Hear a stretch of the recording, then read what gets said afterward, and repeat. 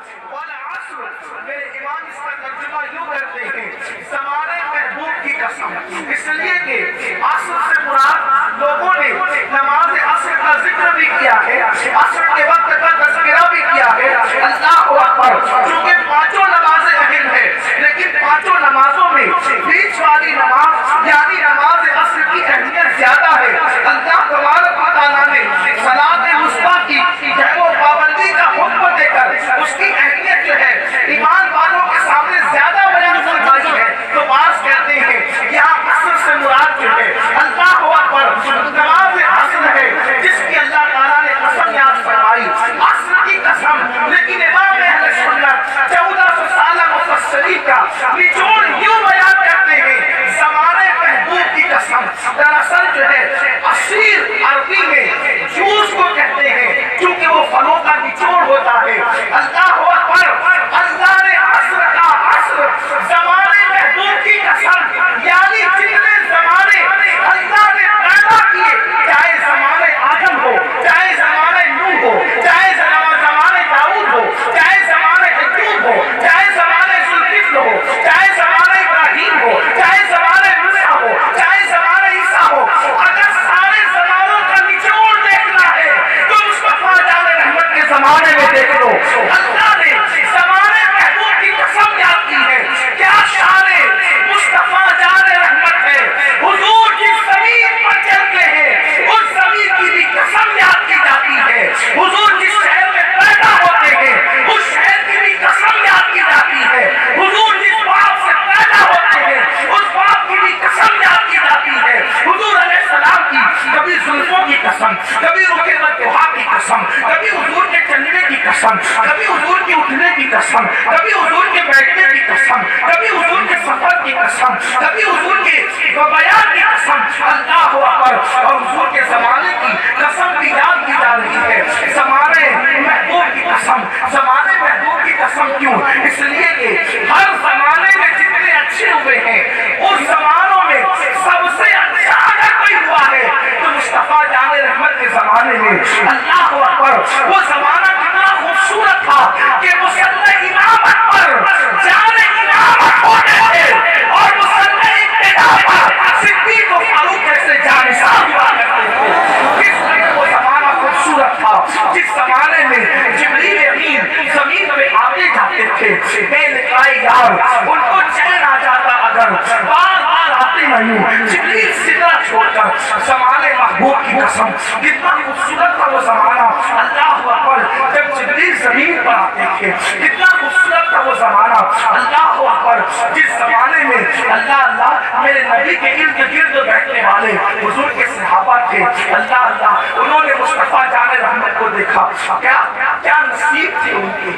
کوئی ایک بار حضور کو خواب میں دیکھنے کے لیے بے چین رہتا ہے، صحابہ نے خواب میں نہیں حالت بیداری میں سرکار کو دیکھا ہے۔ کیا ان کے مرتبے تھے، کیا ان کی شانیں تھی، اور میرے امام حضور کو دیکھنے والے صحابہ کی آنکھوں کا اندازہ اور ان کی شان یوں بیان کرتے ہیں کہ خدا ان کو کس پیار سے دیکھتا ہے، خدا ان کو کس پیار سے دیکھتا ہے، جو آنکھیں ہیں مہرے لقائے محمد، جو آنکھیں محبوب کو تکتی ہے، خدا ان آنکھوں کو بھی پیار سے دیکھتا ہے۔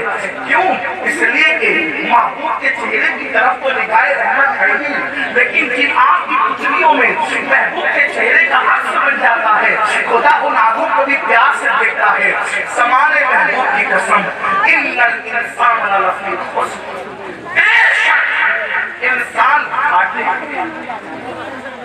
محبوب کے زمانے کی قسم یاد کر کے اعلان ہو رہا ہے، بے شک انسان گھاٹے، ان الانسان لفی خسر، سارے انسان گھاٹے میں ہیں، سارے انسان نقصان میں ہیں، سارے انسان گھاٹے میں ہیں۔ اللہ اکبر، سوچو، غور کرو، جس انسان کے سر پر لقد کرمنا بنی آدم کا تاج سجایا، جس انسان کو مسجود ملائکہ بنایا، جس انسان کو اشرف المخلوقات کا تاج عطا کیا گیا، جس انسان کو اپنی قدرت کا شاہجہاں بنایا، جس انسان کو اپنے ہاتھوں سے پیدا کیا، جس انسان کو اپنی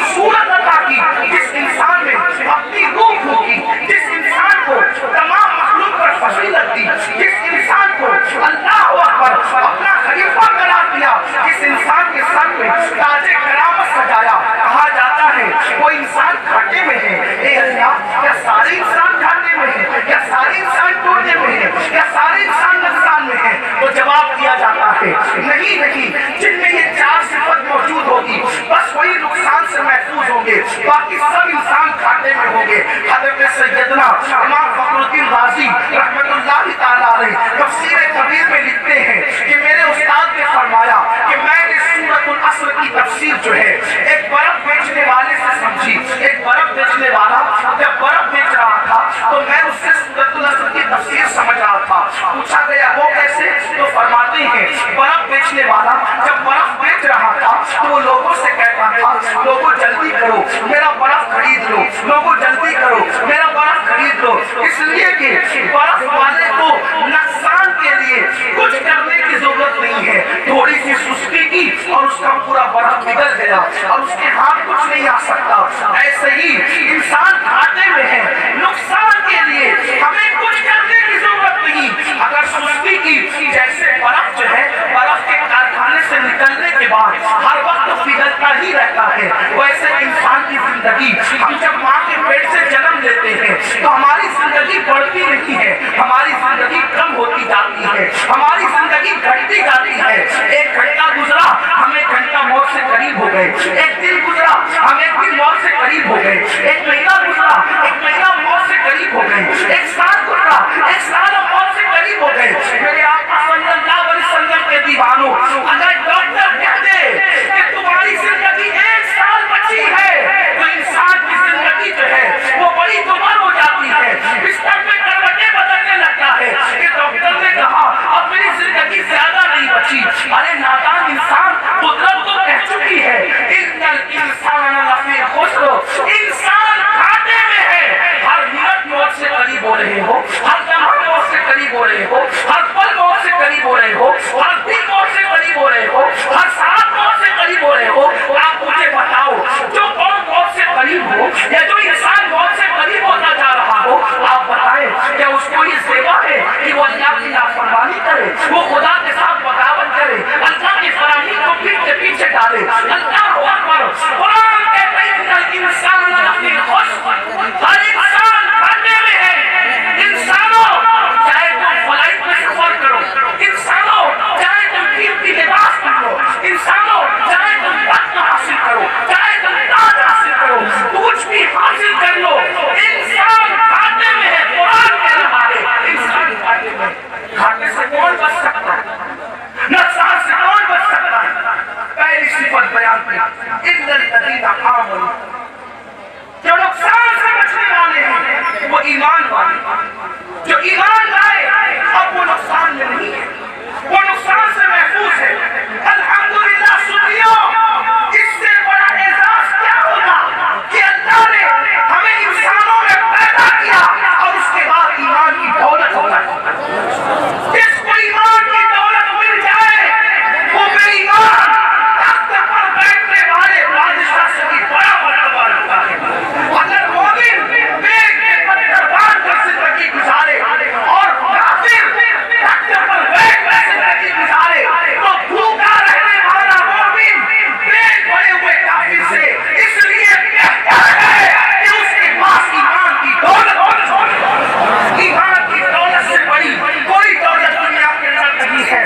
قرآن کہتا ہے نقصان سے بچنے والے وہ ہیں